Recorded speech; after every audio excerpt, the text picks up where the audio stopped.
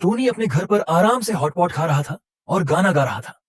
लेकिन खिड़की के बाहर उसके पड़ोसी ठंड से मर चुके थे। उसकी गर्लफ्रेंड ने अपनी अदाओं से टोनी को दरवाजा खोलने के लिए मनाने की कोशिश की। हैरानी की बात यह थी कि टोनी ने हॉटपॉट फेंकना बेहतर समझा, लेकिन उसे शेयर नहीं किया।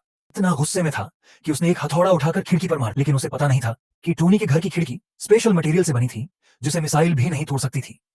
जब खिड़की नहीं टूटी तो सीईओ ने चेन सॉ उठाई और टोनी के दरवाजे को काटने की कोशिश की, लेकिन घंटों मेहनत करने के बाद भी दरवाजे पर एक खरोंच तक नहीं आई। असल में टोनी का दरवाजा बैंक वोल्ट जैसे मजबूत मटेरियल से बना था, जिसे आम तरीकों से खोला ही नहीं जा सकता था। टोनी ने अपने घर को इतना मजबूत बनाने में सारा पैसा इसलिए खर्च किया था क्योंकि दुनिया एक भयंकर ठंड के संकट से गुजर रही थी। इस आपदा में 90% लोग मर चुके थे और लोग खाने के लिए एक दूसरे को मार रहे थे।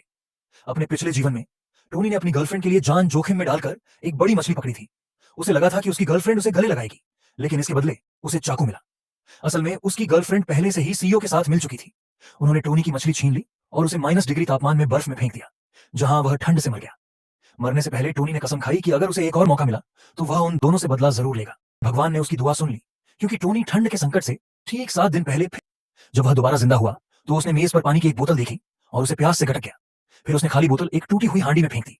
अगले ही पल उसी हांडी में सैकड़ों पानी की बोतलें दिखाई दी।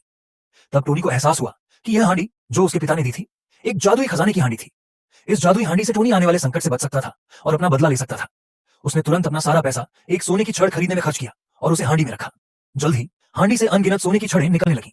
खुशी से झूमते हुए उसने देखा कि सारी छड़ों के सीरियल नंबर एक जैसे थे। अगर उसने इन्हें बेचा तो शक हो सकता था, इसलिए उसने सारी छड़ों को पिघलाकर एक बड़ा सोने का टुकड़ा बना लिया और इसे ज्वेलरी शॉप में बेच दिया। दुकान की मालकिन यह देखकर हैरान रह गई, क्योंकि उसने इतना बड़ा सोने का टुकड़ा पहले कभी नहीं देखा था। उसने तुरंत टोनी के अकाउंट में $10 मिलियन ट्रांसफर कर दिए। घर लौटते समय टोनी की मुलाकात उसकी एक्स गर्लफ्रेंड से हुई। उसने सोना देखा और उसकी आंखें चमक उठी। उसने टोनी को मनाने और फिक्र जताने का नाटक किया, जबकि पहले वह उसे पूरी तरह नजरअंदाज करती थी।